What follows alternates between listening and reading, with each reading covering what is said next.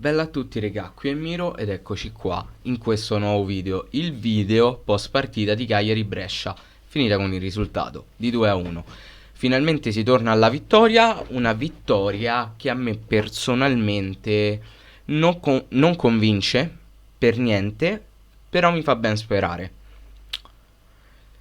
Parlerò un po' così a casaccio di quella che è stata la partita, salterò di palo in frasca.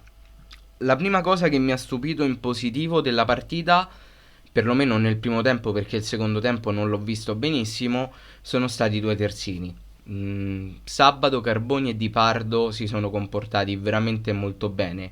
Forse leggermente meglio leggermente meglio Di Pardo rispetto a Carboni, però sostanzialmente il giudizio su tutti e due è molto positivo.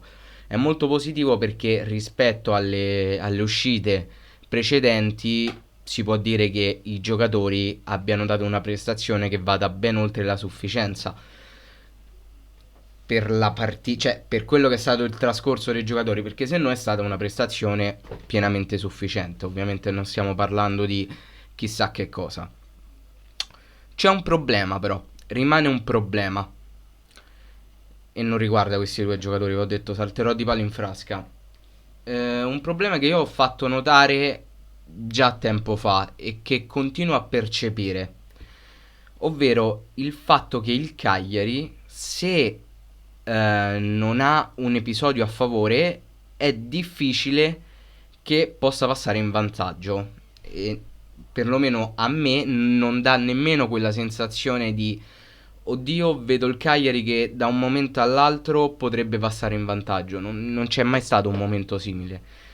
È successo con il primo gol, un regalo da parte del Brescia molto molto generoso, che Luvumbo ha pienamente insaccato con un tiro che manco il miglior giocatore di calcio a 5. Fantastico.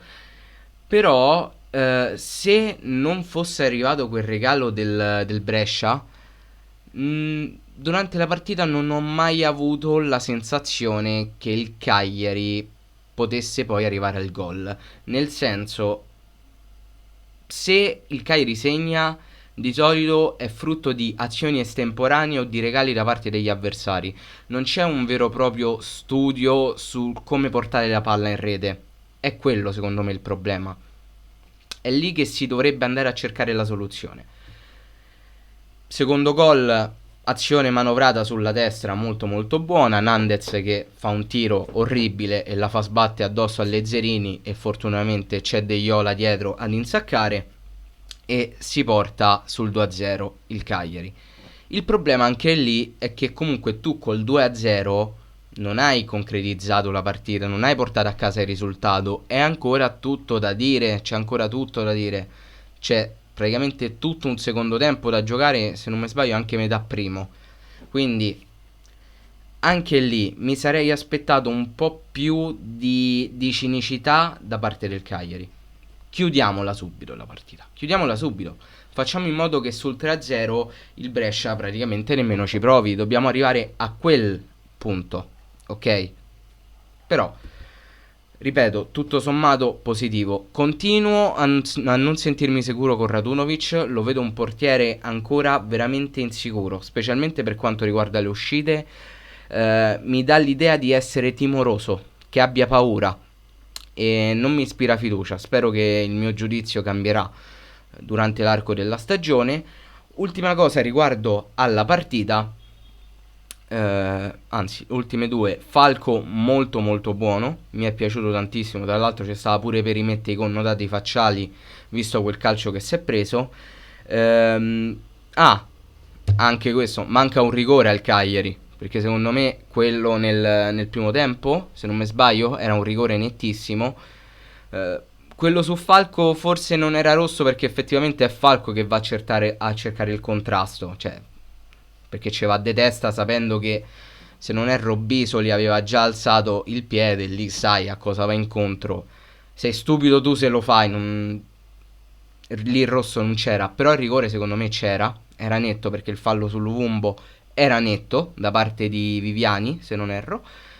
E comunque, prima che mi perdo, tralasciando il rigore e tralasciando Falco, Luvumbo prima punta, ottima scelta.